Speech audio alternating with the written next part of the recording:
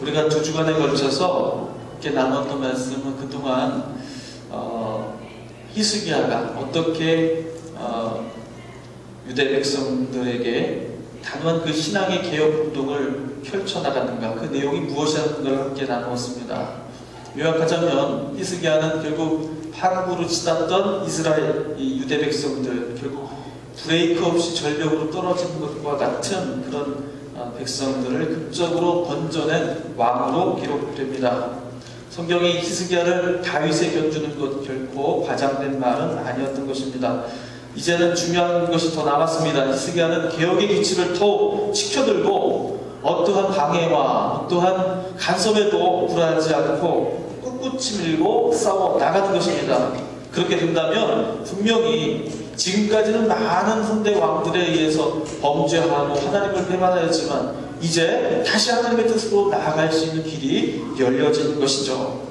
자, 이런 희망찬 꿈을 안고 우리가 이 말씀을 읽을 때 오늘 성경 말씀은 우리에게 전혀 다른 말씀을 전해주고 있습니다. 히스기야가 하나님의 뜻을 앞으로 그 뜻을 더욱 받들어서 힘차게 밀고 나갔고 힘썼다라는 이야기로 그렇게 전개되지 않고 안타깝게도 히스기야는 그 믿음을 끝까지 지키지 못하고 실패한 왕으로 기록되었던 것입니다. 그리고 그 히스기야 왕의 실패는 그 왕 한 사람의 실패로 끝나는 것이 아니고 지금까지 유다가 믿음으로 쌓아왔었던 모든 성과들을 한순간에 다 물거품이 되게 했다는 것입니다.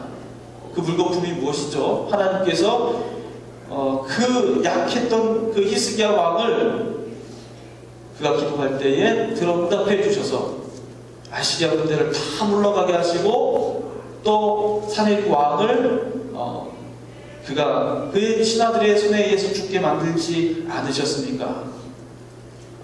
그럼에도 불구하고 결국 유다는 바벨론에 의해서 멸망하게 됐다는 것, 그것이 바로 물거품으로 끝나게 되고 그 모든 개혁들이 아무것도 아니게 된 그런 결과였다고 성경은 말하고 있습니다. 과연 그 히스기야의 실패는 어디서 온 것일까? 거두절미하고 성경은 바로 이런 히스기야의 실패가 그의 교만에서 온 것이라고 그렇게 말씀하고 있습니다. 역대하 32장 25절 말씀을 함께 읽어보도록 하겠습니다. 스크린을 통해서 한번 보시길 바랍니다. 같이 읽어보겠습니다.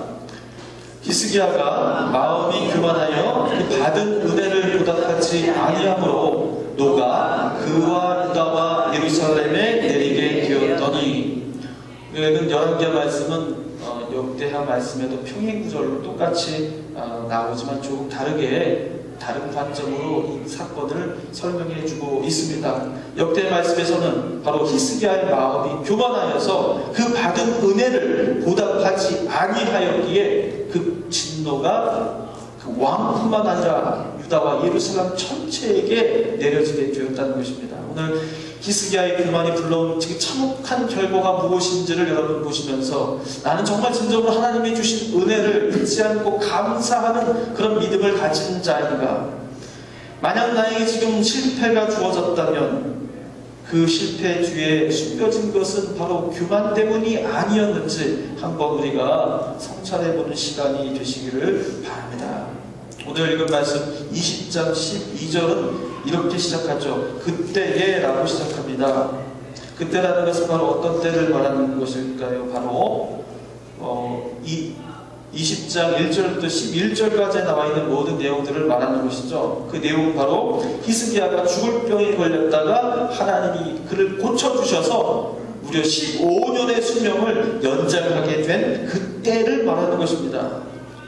그 내용을 좀 더 자세하게 말해보자면 이렇습니다. 앞에서 히스기야는 아시리아의 분열 공세 앞에서, 공작 앞에서 히스기야는 하나님께 간절한 기도로 간구하였죠. 그리고 하나님께서 그 기도를 들어주셔서 아스르 군대 18만 5천 명을 다 물리치시고 그리고 사내립 왕마저 대신 쳐주셨습니다. 이제 이 기세를 몰아서 나라의 믿음의 기틀을 이제 바로 세우면 되는 그때입니다. 아주 중요한 때이죠. 젊은 이 히스기야 왕으로서는 충분히 해낼 수 있고 분명히 승산 있는 일입니다. 그런데 히스기야에게 날벼락 같은 소식이 들려옵니다. 그 소식이 바로 20장 1절의 말씀이죠. 20장 1절에 이렇게 기록되어 있습니다. 그때 히스기야가 병들어 죽게 되매 아모스의 아들 선지자 이사야가 그에게 나와서 그에게 이르되 여호와의 말씀이 너는 집을 정리하라. 내가 죽고 살지 못하리라.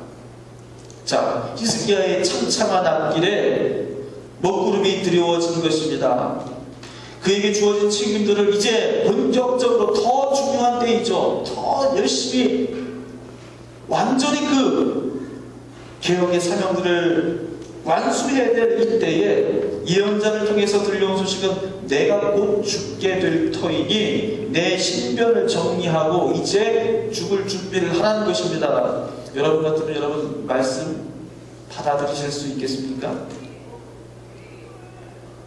히스기야가 지금까지 해온 일들이 어떤 일이었는지 우리가 다 보지 않았습니까? 지금까지 선대 왕들은 이스라엘을 우상의 소굴로 만들었습니다.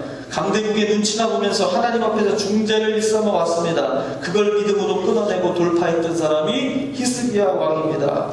하나님께서 충분히 대견하다고 상을 주실 만한 일을 했습니다. 더군다나 지금 아시리아의 공세를 물리친 지금이야말로 어느 때보다 긴박하고 중요한 때라는 거 하나님도 아신다면 그에게 그 생명을 걷어가실 수가 없는 것이죠. 오히려 그가 더 일을 잘할 수 있도록 장수하게 하여 주시고 불편한 것이 없는지 뒤를 봐주셔야 되는 것이 아니겠습니까? 그럼에도 하나님은 인간의 생각으로는 도무지 받아들이기 힘든 말씀을 너무나도 담담하고 특별하게 하고 계신 것입니다. 이 말씀, 이런 생각은 히스기야도 매한가지였죠. 자신이 절명하게 되는 것은 곧 하나님의 계획이 중단되는 것이고 이스라엘의 운명도 함께 무너지게 되는 것입니다. 더군다나 히스기야 어떻게 살았어요? 정말 하나님 말씀 한 번도 거역한 적 없고 늘 바른 길만 걸어왔던 사람이었습니다. 그러기에 더더욱 하나님의 이 말씀이 야속할 수밖에 없고 납득할 수밖에 없는 그런 상황인 것이죠. 우리도 그런 상황들 많이 겪지 않습니까? 우리 삶이 그런 것이 아니겠습니까? 정말 죽도록 하나님 앞에 충성했건만 하나님께서 우리 생명을 걷어가실 때 또 우리에게 참 몹쓸 병에 걸려 정말 고생하는 그 인생의 말로를 우리에게 보여주실 때에 어떻게 이렇도록 하나님은 무자비하시고 그렇게 우리에게 관심이 없으신가? 우리를 어떻게 이렇게 내버려 두실 수 있는 것인가?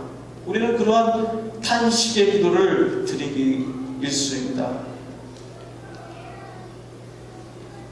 야속할 수밖에 없고 받아들일 수 없는 그 하나님의 말씀 앞에서 히스기야는 하나님 앞에 간절히 기도를 합니다.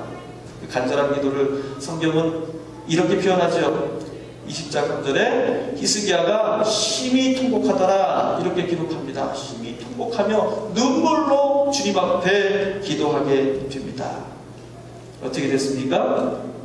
놀랍게도 하나님께서는 그의 기도를 나중에 들어주신 것이 아니라 바로 그 자리에서 지체하지 않고 그 기도에 응답해 주십니다.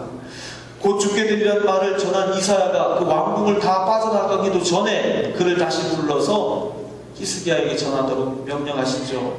그를 죽을 병에서 구해 주실 뿐만 아니라 그에게 15년의 생명을 더 연장해 주실 것이라는 그런 예언을 하게 하십니다. 그뿐만 아니라 이 모든 성들을 내가 다 구원하고 너희들 아수르 손에서 내가 보호해 줄 것이다 라는 그런 약속까지 얻어내게 됩니다. 여러분 여기까지만 보면 참으로 참 은혜스럽고 정말 우리도 어려움 만나도 문제가 있어도 주님 앞에 기도하면 진실한 기도로 심히 통곡하며 눈물로 주님 앞에 간절히 매달리면 하나님이 우리에게 반드시 약속을 해주시는구나, 우리를 구원해 주시는구나, 이런 마음을 우리는 품을 수가 있습니다. 그런 귀한 말씀으로 우리가 말씀을 들을 수 있는 것이죠. 하지만 여러분 여기에는 우리가 좀 더 알아야 될 사실이 있습니다. 히스기야가 기도를 응답받은 것은 사실이고 하나님께서 그를 불쌍히 여겨 그를 구원해 주신 것은 사실입니다. 하지만 이 히스기야의 기도 안에서 심상치 않은 교만의 씨앗이 하나씩 자라고 있다는 사실을 우리가 볼 수 있다는 것입니다. 그 기도를 한번 읽어보도록 하겠습니다. 20장 3절 함께 읽겠습니다. 여호와여 구하오니 내가 진실과 전심으로 주 앞에 행하며 주께서 보시기에 선하게 행한 것을 기억하옵소서. 자, 여러분 어떻게 기도했다는 것이죠? 우리 다른 성경에 이렇게 기록되어 있습니다. 주님, 내가 하나님 앞에서 참되게 살았으며 충성되게 당신을 섬겼고 당신 보시기에 선한 일을 행하였다는 사실을 인정해 주옵소서라고 이렇게 기록하고 있습니다. 여러분, 우리 이 성경으로 개혁성경으로 읽을 때는 참 들리기에는 정말 하나님 앞에 간절히 기도하는 그런 그 부탁의 기도로 들릴 수 있지만 그 속 내용은 하나님께 요구할 만한 것을 요구한다는 식으로 그렇게 들리지 않을 수가 없는 것입니다. 앞서서 아수르에게 위협을 받을 때 하나님 앞에 그 편지를 가지고 주님 앞에 납작 엎드려서 기도할 때 그것과 비교해보면요, 지금 이 기도는요 엄청난 변화의 기도예요. 그때는 어떻게 기도했습니까? 19장 19절을 한번 보겠습니다. 그때는 이렇게 기도했어요. 우리 하나님 여호와여 원하건대 이제 우리를 그의 손에서 구원하옵소서. 그리하시면 천하 만국이 주 여호와가 홀로 하나님이신 줄 알리이다. 여기서 여러분 이 히스기야는 어떻게 기도한 것입니까? 하나님께서 우리를 구원해 주셔야 하는 그 최대의 이유가, 유일한 이유가 무엇입니까? 바로 천하 만국이 여호와 하나님만이 참 주이심을, 하나님이신 줄을 알게 하기 위함이라는 것입니다. 영광이 오직 하나님에게만 돌려지는 것, 하나님의 이름만이 높여지는 것, 그것이 바로 자신들을 구원하셔야 할 유일한 목적이었다는 것이에요. 그런데 아수르를 다 물리치고 그쪽 살인 왕을 다 죽이고 그 모든 위기가 지나간 이후에 그때 드려진 히스기야의 기도는 조금 달라졌다는 것이죠. 그 기도에는 심상치 않은 조짐이 조금씩 드러나기 시작한 것입니다. 자신을 살려다는 그 기도에 하나님의 영광과 존엄을 생각하는 기도는 하나도 없었던 것입니다. 그의 기도에는 오로지 자신의 선함과 자신의 충성과 참되게 주님 앞에 살아왔던 자신의 삶을 주님도 아시니 그걸 인정해달라는 그런 기도뿐이었던 것입니다. 그럼에도 하나님은 넉넉히도 그런 히스기야의 기도를 들어주시기로 하십니다. 한 번 더 히스기야에게 기회를 주십니다. 15년을 살게 하시고 아수르로부터 구원하게 하실 것을 약속하십니다. 그런데 하나님이 이 히스기야의 마음을 몰랐을까요? 히스기야에게 찾아온 이 믿음의 변화, 그 속에서 조금씩 움터오는 그 교만의 씨앗을 하나님은 모른 채 지나치셨을까요? 하나님도 히스기야의 그 마음을 보셨습니다. 그래서 하나님은 히스기야의 마음을 더 확실히 확인해 보기를 원하셨습니다. 아니, 히스기야의 마음에 감춰두고 숨겨진 그 마음을 스스로 드러내어서 스스로 그 마음을 확인케 하시기 위해서 히스기야를 하나님은 시험하시기로 하십니다. 그 말씀, 시험하셨다는 그 말씀이 역대하 32장 1절에 나와 있습니다. 함께 읽어보겠습니다. 자, 스크린을 보시죠. 그러나 바벨론 방백들이 히스기야에게 사신을 보내어 같이 읽으세요.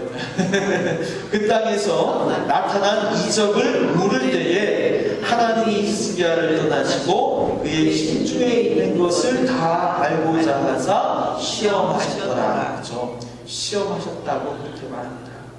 하나님께서 그 마음을 다 읽으신 거예요. 그리고 그의 마음이 진정으로 어디에 있는지 모르시는 바가 아니지만 히스기야 스스로가 그 마음의 그 흔들림을 스스로 깨닫기를 원하셨습니다. 따라서 말하자면 오늘 우리가 읽은 20장 12절 그 말씀에 기록된 바벨론 사절단들이 히스기야를 방문한 것은 정말 그들이 말하는 것처럼 히스기야의 그 위중한 병 소식을 듣고 병문안을 온 것이 아니라 우연히 그 소식을 듣고 찾아온 것이 아니라 그것을 빌미로 바로 다른 일을 꾸미기 위해서 바벨론 사절단들이 찾아왔던 것이죠. 히스기야가 아수르와 싸워 이겼다는 소식을 듣고서 히스기야와 동맹을 맺기 위해서 이 바벨론 사절단들이 히스기야 왕에게 찾아온 것입니다. 그 당시에 바벨론은 아직 이제 막 세워진 제국이에요. 그래서 큰 매니를 떨치지 못했습니다. 오히려 아수르를 견제하기 위해서 바벨론은 힘이 필요했는데, 때마침 히스기야가 아수르를 물리쳤다는 그 소식을 듣고 어찌나 반갑게 찾아온 것입니까? 정말 히스기야와 손을 잡으면 우리가 아수르를 등에 대적할 수 있다, 이렇게 바벨론은 생각했을 것입니다. 그래서 히스기야의 병문안을 핑계로 히스기야를 찾아와서 그에게 얼마나 힘이 있고 얼마나 준비가 되어 있는지를 확인하고자 그에게 찾아온 것이죠. 여러분, 히스기야의 마음이 어떻겠어요? 바벨론이 자신의 명성과 힘을 듣고 찾아온 것에 대단한 만족감을 느꼈을 것입니다. 지금까지 그 선대의 모든 왕들이 살아왔던 그 모습은 참으로 비굴하기 짝이 없었어요. 위로는 아시리아가 있었죠. 밑으로는 이집트가 있었습니다. 그 양틈에 껴서 눈치만 보고 살았던 것이 바로 이스라엘 백성들의 운명이었던 것입니다. 하지만 지금은 사정이 달라졌습니다. 오히려 자신에게 예물을 들고 찾아와서 굽신을 내고 손을 내밀 때에 히스기야의 마음에는 숨겨진 그 교만의 본성이 드디어 본 모습을 드러나게 된 것입니다.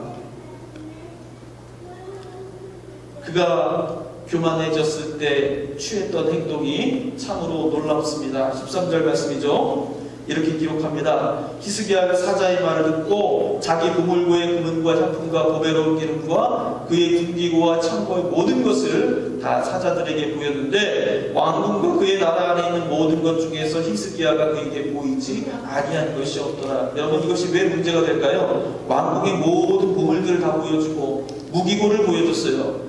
그뿐만 아니라 그에게 사절단들에게 보여주지 않은 것이 없다고 그렇게 합니다. 왜 이것이 문제가 될까요? 자신의 보물들을 보여준다는 건 뭘 보여준 겁니까? 바로 자신의 명성과 권력을 자랑하기 위함입니다. 군기고와 창고를 보여줬다는 것은요, 자신이 거들고 있는 군대가 얼마나 강한 군대인지를 내세우기 위함이었습니다. 여러분, 감히 히스기야가 그걸 자랑할 처지가 될까요? 그것이 히스기야의 것이었습니까? 하나님이 그의 생명을 연장시켜 주시지 않았더라면 그가 소유하고 있는 그 보물을 지금 감히 자랑할 수나 있었겠습니까? 또한 그의 군대의 힘을 자랑하는 것 결코 히스기야의 것이 될 수 없습니다. 우리가 앞서 19장에서 봤지만 아수르를 물리친 것은 그 히스기야의 군대가 아니라 여호와의 사자가 나와서 아수르 진영을 쳤던 것이기 때문입니다. 그러므로 히스기야는 결코 그 바벨론 사절들 앞에서 하나도 아무것도 자랑할 것이 없음에도 불구하고 그는 자신의 명성과 부와 권력을 자랑하고 그리고 자신의 군대의 힘을 자랑했던 것입니다. 어떻게 자기에게 은혜를 주셨는지 그건 까마득하게 잊어버리고 지금 나에게 찾아온 그 교만의 기회를 놓치지 않고 사람들에게, 그들에게 과시하며 자신의 위대함을 자랑했던 것이죠. 그거 다 누가 받으셔야 되는 거예요? 다 하나님이 받으셔야 되는 거예요. 그들이 찾아왔을 때 어떻게 당신 그렇게 강대한 아수르를 맞상대로 싸워서 그렇게 용감하게 싸워 이길 수 있었느냐 물었을 때에 자기의 무기고를 보여줄 것이 아니라 하나님의 이름을 높여드려야 하는 것이 맞았던 것입니다. 히스기야 물론 위대한 왕이었고 우상을 제거하고 예배를 회복시키고 유월절을 회복시키고 아수르의 그 모든 회유와 협박을 이겨낸 위대한 왕인 것은 분명하지만 이렇게 한순간의 교만함이 찾아왔을 때에 그가 쌓았던 모든 공적들은 순간에 무너지고 말았습니다. 여러분, 히스기야의 실패는 여러분 어디에서 온 것입니까? 두말할 것 없이 바로 교만에서 온 것입니다. 여기까지는 우리가 너무 잘 알 수 있는 많이 들었던 말들이죠. 하지만 우리가 여기서 한 걸음 더 나아가 기억해야 할 것이 있습니다. 바로 교만은 언제 찾아오는가? 바로 은혜를 입은 때에 찾아온다는 사실입니다. 하나님은 히스기야의 기도에 응답해 주셔서 아수르 군대를 진멸하셨습니다. 하나님은 또 히스기야의 눈물의 기도를 모른 채 않으시고 그의 목숨을 15년이나 더 덤으로 살게 하셨습니다. 여러분, 이러한 은혜를 입은 사람 보신 적 있으세요? 누가 이만한 은혜와 복을 짧은 시간 동안에, 그것도 한꺼번에 한 인생 안에서 누릴 수 있었겠습니까? 히스기야 또한 주님 앞에 은혜를 구할 때에 이렇게 기도했을 거예요. 이 지독한 전쟁에서만 구해주시고 살려주신다면 하나님 이 민족 정말 자대로 주님만 바라보고 주님만 예배하며 살아가겠습니다. 그렇게 분명히 주님 앞에 다짐했을 것입니다. 하나님께서 그의 생명을 데려가시겠다고 말씀하실 때 그는 주님, 제가 제발 지금 데려가지 않으시고 저를 살려주신다면 내 남은 생명 온전히 다 주님만 위해 살겠습니다. 주님만 위해 죽고 살겠습니다. 그렇게 분명히 주님 앞에 약속했을 것입니다. 그런데 그게 되지 않더라는 것이에요. 그것이 히스기야의 심성이 부족하고 그에게 믿음이 부족해서가 아니라 인간이라면 누구나 그 교만의 유혹 앞에서 자유로울 수 없다는 것입니다. 그리고 그 교만은 언제 찾아온가? 그것은 바로 은혜를 입은 때에 어김없이 찾아오게 된다는 것입니다. 받은 은혜가 적어서 하나님이 주신 은혜가 작고 미미해서 그것을 몰라 저지르는 교만이 아닙니다. 여러분, 히스기야가 15년을 살게 될 때 놀라운 일이 일어났어요. 그죠? 해시계가 거꾸로 돌아가는 일이 벌어졌는데 그 무슨 뜻입니까? 지구의 자전이 멈췄거나 혹은 지구가 거꾸로 돌았다는 얘기예요. 초자연적인 기적들이 일어나면서 히스기야의 생명을 15년 동안 연장시켜 주셨다는 그 사실을 성경이 말씀하고 있습니다. 이보다 더한 것 어떻게 더 보여줄 수 있습니까? 이보다 더 큰 은혜가 어디 있고 이보다 더 큰 하나님의 살아 역사하심의 증거가 어디 있습니까? 하지만 15년의 목숨을 더 살게 하시기 위하여 해시계를 거꾸로 움직이게 하신다 한들 교만이 찾아오면 사람 마음은 일시에 무섭도록 변하게 된다는 것입니다. 여러분, 그러므로 우리에게 중요한 것은 무엇입니까? 우리는 날마다 은혜를 구하죠. 하나님, 나에게 은혜를 주시고 나에게 복을 주십시오. 하나님, 내 기도에 응답을 해주세요. 우리는 이렇게 기도하는 것에 익숙합니다. 하지만 히스기야의 실패를 보면서 우리는 이렇게 기도할 줄 알아야 합니다. 은혜를 받기를 간구하는 것만큼, 아니 그보다 더 중요한 것은 은혜를 감당할 수 있는 믿음을 달라는 것이 바로 우리의 기도가 되어야 하는 것입니다. 은혜를 받은 후 나는 어떠한 믿음의 삶을 살아갈 것인가? 나에게 주신 은혜는 나에게 어떤 변화된 삶을 요구하시는가? 우리는 이것을 붙들고 씨름할 줄 알아야 한다는 것입니다. 당장 주어질 그 은혜만을 쫓지 말고 내가 정말 은혜를 받을 준비가 되어 있는 사람인가? 하나님이 나에게 주신다면 내가 그 은혜를 감당할 수 있는 사람인가? 여러분, 그 믿음을 우리가 먼저 돌아봐야 한다는 것입니다. 우리가 살아가면서 한 번쯤, 아니 그 이상 사람의 힘으로는, 나의 힘으로는 도저히 손쓸 수 없는 순간이, 그런 위기가 한 번쯤 이상은 찾아오게 되어 있습니다. 그때 누구나 한 번쯤 정말 하나님께 간절히 매달려서 기도하신 경험이 있으실 것입니다. 이 위기를 넘기게 해 주신다면, 이 문제로부터 지나가게 해 주신다면 주님께 내 모든 것 바치겠습니다. 여러분, 이렇게 약속하신 적 없으세요? 그렇게 기도해 보신 적 없으십니까? 히스기야가 그랬다는 것이 아닙니까? 그리고 그 기도가, 그렇게 드려진 우리의 기도가 그 진정성이 있던지 없던지 간에 하나님께서는 간절히 매달리고 기도할 때에 넉넉하게 그 기도에 응답해 주셨다는 것이 아닙니까? 그런데 문제는 거기서 끝나는 것이 아니라 문제는 그 다음부터라는 거예요. 응답을 받아서 문제를 넘기고 위기를 건너갔을 때에, 다시 말해서 우리가 은혜를 입었을 때에 그 다음에 나타나는 우리의 태도는 무엇이냐는 것입니다.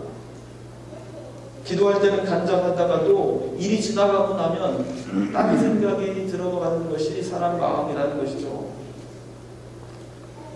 중병에 걸려서 주님 앞에 간절하게 기도할 때는 언제고, 그 병이 낫게 되면 병이 나을 만했으니 나았겠지라는 생각이 자연스럽게 드는 것이죠.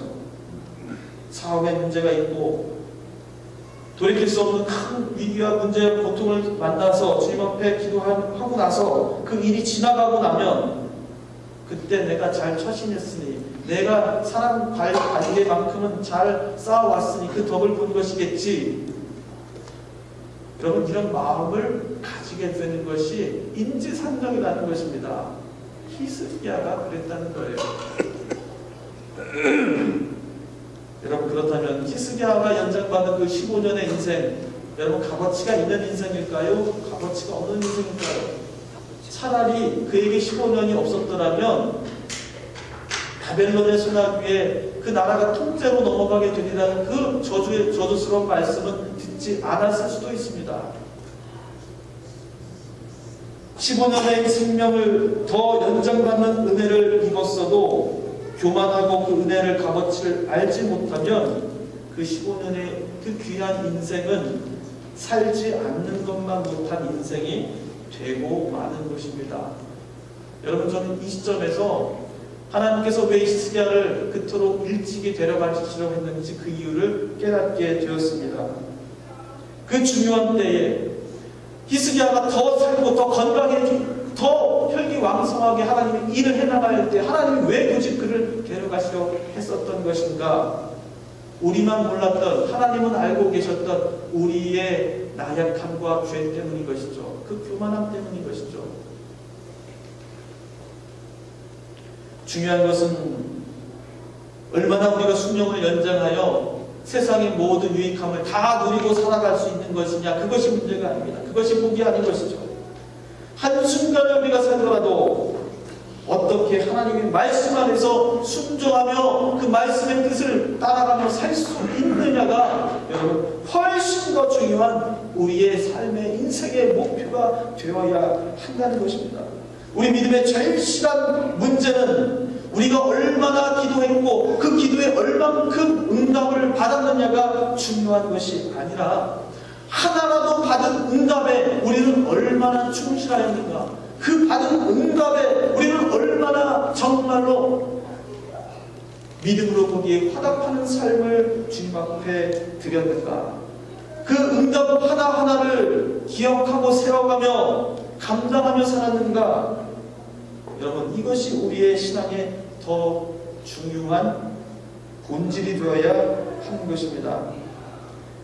은혜를 받은 합당한 삶의 태도를 잃어버리게 되었을 때 하나님은 히스기야에게 주어진 모든 것을 도로 거두십니다. 거두시죠.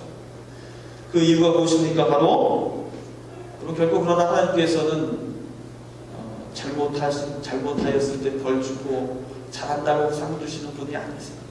우리 언제나 하나님은 신실하신 분이시죠. 우리가 잘못하였을 때 또 구원하고자 다른 길을 열어주시는 겁니다. 그것이 바로 실패예요. 하나님께서는 바로 우리가 하나님을 기억하지 못하고 우리가 받은 은혜를 저버리고 감당하지 못할 때에 하나님이 바로 우리의 주인이시고 우리에게 그 복을 주신 분이심을 깨닫게 하시기 위해, 그 은혜를 주신 분이 바로 나이심을, 본인 자신이신 하나님이심을 알게 하시기 위해 우리에게 주시는 것이 있는데 그게 바로 실패라는 것입니다. 히스기야에게 주어진 실패, 그 백성들에게 주어진 실패라는 것은 바로 살아 역사하시고 너희들에게 복을 주고 지금까지 지켜주신 분이 누구신지를 다시금 깨닫게 하시기 위한 하나님의 은혜의 또 다른 조치였던 것입니다.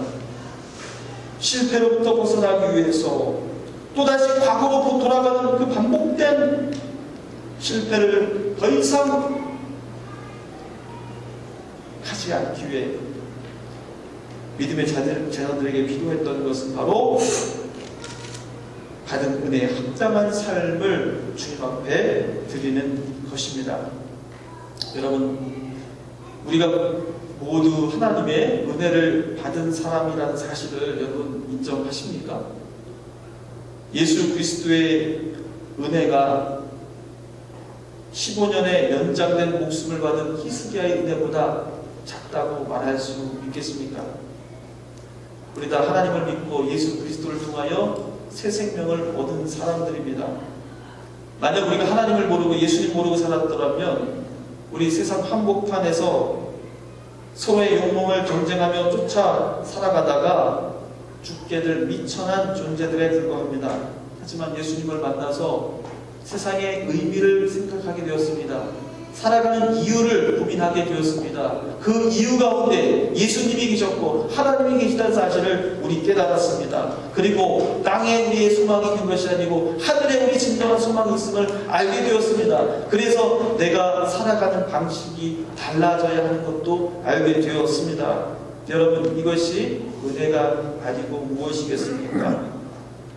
여러분, 이 은혜를 우리가 모두 받았다는 사실을 여러분 인정하시고 깨닫는 것이 먼저 중요합니다. 그리고 그에 합당한 위에 믿음의 책임이 있어야 하겠습니다. 그 책임은 바로 영광을 하나님께 돌리고 더욱 하나님께 순종하고 복종하며 살아가는 것이 되어야 하는 것이죠. 여러분, 이 교회는 바로 은혜 입은 자들의 공동체입니다. 내 모습은 감추고 오직 예수 그리스도밖에는 내세울 것 없고 자랑할 것이 없는 곳이 바로 교회입니다. 받은 은혜에 감사하고 그 하나하나 기억할 때마다 몸서리치며 하나님 앞에 정말 어찌할 줄 몰라 하는 그런 감격에 겨워서 주님 앞에 예배하는 곳이 바로 이 교회 공동체가 되는 것입니다. 나에게 주신 말씀이 너무나도 달고 정말 나에게 귀하고 귀하여서 복음을 증거하지 않고서는 견딜 수 없는 그런 마음이 주어지는 것이 바로 이 교회가 되는 것입니다. 하던 습관대로 하는 영혼 없는 예배가 아니라 하나님의 복에 겨워 찬양할 수밖에 없고 감사하며 예배하며 나올 수밖에 없는 것이 바로 이 예배, 이 자리가 되어야 하는 것이죠. 여러분, 히스기야의 교만을 통해서 우리 믿음의 자리를 다시 회복하게 되시기를 바랍니다. 은혜를 구하시되 여러분, 그 은혜를 감당할 수 있는 믿음까지 허락해 달라고 기도하시기를 바랍니다. 그 은혜를 주실 때에 내 믿음에 합당한 태도를 돌아보시기를 바랍니다. 그러므로 우리에게 작은 은혜 하나가 더 큰 은혜로 확장되게 되는 은혜가 있게 하시고, 또 그것이 모든 가정과 우리 삶 속에 깊이 들어가 그것이 우리의 삶의 기쁨과 세상과 주고도 바꿀 수 없는 놀라운 은총이 되어야 하겠습니다. 여러분, 우리에게 주어주신 은혜, 다음 주가 우리 추수감사 주일인데요. 제가 숙제를 하나씩 내드리려고 합니다. 뭐 어려운 건 아니에요. 감사의 나무가 다음 주에 이곳에 세워지게 될 건데요. 그 나무에 여러분이 받은 은혜를 곱씹어서 하나만 적기를 바랍니다. 생각만 해보세요. 앞에 쓸 곳은 마련해 두겠습니다. 그러면 여러분, 그냥 의례적인 말 쓰지 마시고요. 정말 곱씹어서 여러분이 기도에 응답받은 것, 그리고 여러분이 하나님 앞에 받은 은혜가 있다면 그것을 주님 앞에 간 기도로 확인하며 고백하는 그런 기도의 글귀를 하나 여러분 생각해 오시기를 제가 숙제로 배워드리겠습니다.